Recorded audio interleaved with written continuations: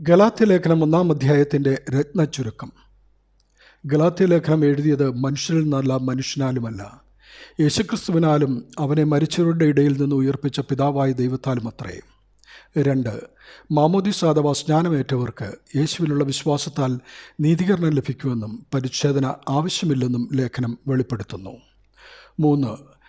യേശുക്രിസ്തുവിൻ്റെ ക്രൂശുമരണത്തിലുള്ള വിശ്വാസത്താൽ നീതീകരണവും കൃപയാൽ രക്ഷയും ലഭിക്കും. ഇവ ദാനമാണ്, അത് നമ്മുടെ യോഗ്യത കൊണ്ടല്ല. 4. നമ്മുടെ കർത്താവായ യേശുക്രിസ്തുവിനുള്ള വിശ്വാസത്താലും അവിടുത്തെ വെളിപ്പാടിനാലും പ്രാപിച്ച സത്യസുവിശേഷം മുറുകെ പിടിച്ചുകൊണ്ട് വിപരീത സുവിശേഷത്തെ ത്യജിക്കുക. 5. വിശ്വാസത്യാഗത്തിനും വിശുദ്ധിയിൽ നിന്ന് നാം വീഴുവാനും അധികം സമയം വേണ്ട, അതുകൊണ്ട് എപ്പോഴും ജാഗ്രതയോടുകൂടി ആയിരിക്കുക. 6. പൗലോസ്ലീഹായെപ്പോലെ ലാഭമായിരിക്കുന്നതൊക്കെയും ക്രിസ്തു നിമിത്തം ഛേദമെന്നെണ്ണുക. 7. പുതിയ നിയമത്തിലെ ശാപം രക്ഷയ്ക്കുള്ള ശിക്ഷയാണ്, നാശത്തിനല്ല.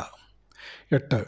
മാനുഷികമായ പലതിനെ ദൈവികമായ ഒന്നാക്കുവാനാണ് ദൈവം മനുഷ്യനായി വെളിപ്പെട്ടത്. 9.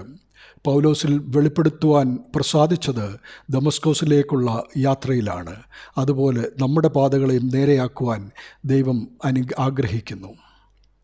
10. ജനത്തെ ഉപദ്രവിച്ചുകൊണ്ടിരുന്ന ശൗലിനെയാണ് പൗലോസായി ദൈവം രൂപാന്തരപ്പെടുത്തുന്നത്. ദൈവത്തിന് അസാധ്യമായി ഒന്നുമില്ല എന്ന സത്യം ഇവിടെ നിവൃത്തിയാകുന്നു. ദൈവനാമം മഹത്വപ്പെടട്ടെ. ആമീൻ.